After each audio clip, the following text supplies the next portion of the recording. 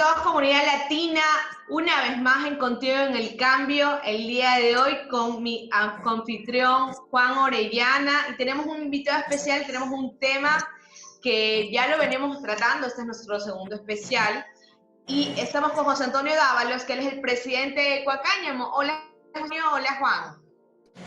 Hola, Amanda, ¿cómo estás? ¿Cómo estás, abogado José? ¿Cómo estás, José? ¿Cómo están, estimados? Buenos días. Un gusto poder compartir este espacio con ustedes. En efecto, yo soy el presidente de la Asociación Ecuatoriana de Cáñamo Medicinal e Industrial, de Cuacáñamo es el nombre corto, y hemos estado tratando un poco de empezar a prepararnos para todo lo que se va a venir para el país una vez que ya entren en vigencia las reformas que van a viabilizar el cultivo del cáñamo y pues su uso para las múltiples aplicaciones que tiene. José, muy interesante. Y cuéntanos un poquito qué hacen ustedes en esta organización. Ok, mira, como asociación hemos dilucidado 3 grandes objetivos, todos alrededor del cáñamo, por supuesto. El primero es justamente tener espacios como estos para poder educar a la gente, para poder eliminar los estigmas que existen alrededor de la planta, explicarles en qué consiste el cáñamo, por qué no representa ningún peligro para la gente, para la sociedad, y por el contrario, los muchísimos usos y beneficios que puede tener para un país implementar su siembra y su utilización. Como segundo objetivo tenemos, por supuesto, el tema de estar vigilantes a que una vez que se emita la regulación, esta sea una regulación beneficiosa para el país, que conciba pues las múltiples modalidades de negocio que existen, que nadie se quede afuera, que no legisle solamente el aspecto medicinal, pero dejes por fuera el industrial o viceversa.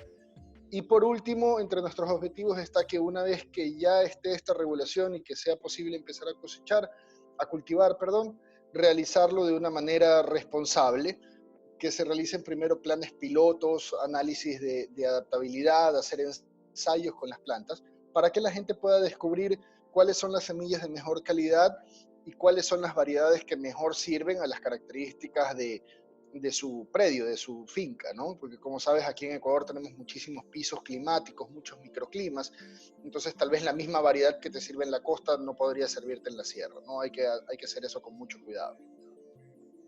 Ok, y José Antonio, una pregunta. ¿Y cuáles son, bueno, el tema de ustedes realmente abarca en muchos lados y pienso, y por lo que vemos en Ecuador y en Latinoamérica, realmente el hablar de cáñamo es hablar de un tabú todavía, ¿no? Entonces, sí, ok. ¿Cuáles son las soluciones que ustedes ahora están afrontando con todos estos retos, que muchos de ellos son sociales? Mira, educación. Siempre que la gente odia es por ignorancia, y la mejor manera de combatir eso, el odio, que en el caso de la planta se traduce en el estigma, ¿no? En el rechazo, es con educación. Que la gente pueda empezar a entender que sí, la marihuana. Ok, la parte de educación es justamente hacerle entender a la gente que si bien el cáñamo y la marihuana vienen de la misma familia, del cannabis, estas tienen sus diferencias, como por ejemplo el tema del porcentaje de THC, que es el componente psicoactivo que está presente en la marihuana, y que en cambio en el cáñamo es mínimo, ni siquiera es suficiente para poder crear algún efecto psicotrópico. Entonces yo creo que la mejor forma ahorita de luchar contra eso es permitir que el cáñamo se desarrolle, que la gente vea todos los beneficios que tiene, cómo el cultivo puede empezar a generar empleos, a generar inversiones, a generar impuestos, y que se den cuenta que ya una vez procesada esta planta te puede servir para muchas cosas, te puede servir para hacer reemplazos de plásticos, biocombustibles, telas, y también te puede servir como un compuesto medicinal. Hay muchísimos estudios realizados en otros países que dan fe del potencial medicinal que tiene la planta. Entonces, la mejor forma de combatir o de solucionar los problemas que tenemos ahora que se desarrollan alrededor del estigma es con educación, permitir que la gente tenga acceso a estos hechos. Y una última pregunta, ¿qué es exactamente en temas legales, tú eres abogado, en temas legales a nivel internacional, este programa se transmite para realmente todo el habla hispana, ¿Cómo están las leyes alrededor del cáñamo a nivel internacional? Bueno, mira, si bien decimos que desde un punto de vista científico, agronómico, son la misma planta, vienen de la misma familia, obviamente tienen sus diferencias y la ciencia la conoce. Legalmente, para efectos regulatorios, todos los estados han decidido distinguirlas. ¿Cómo hacen esta distinción? Justamente con lo que conversábamos, que es la presencia del THC en la planta. Entonces, se establece como definición del cáñamo, que es la planta de cannabis no psicoactiva que tiene un porcentaje de THC menor a X número. Así, por ejemplo, en Europa tú tienes que el porcentaje de THC debe ser menor al 0.2, en Estados Unidos debe ser menor al 0.3 y en los países de nuestra región debe ser menor al 1% de THC. Eso lo compartimos con los países de Sudamérica.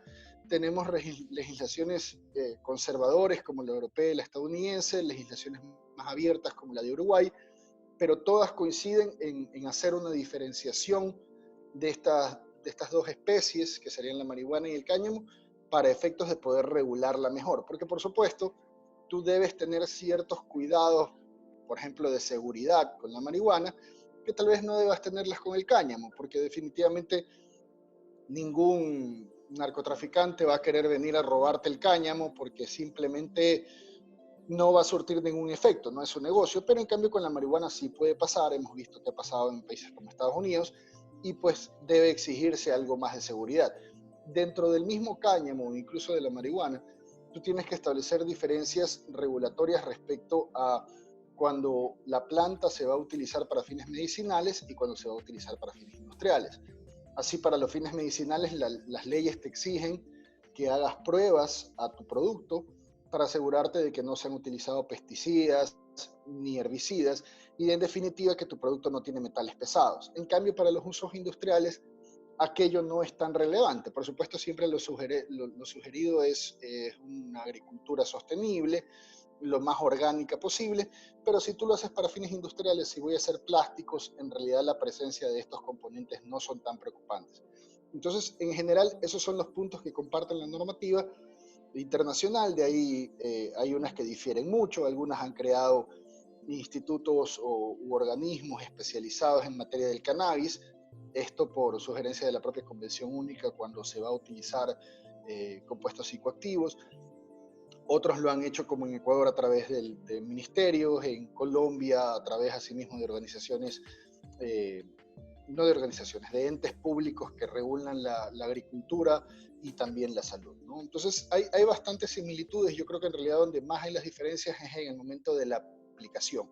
La aplicación debe ser una aplicación sencilla, una aplicación con la menor burocracia posible. Tú sabes que cualquier empresario ver mucha burocracia lo ahuyenta, y yo creo que es allí donde vamos diferenciando las aplicaciones de las normativas en los diferentes países.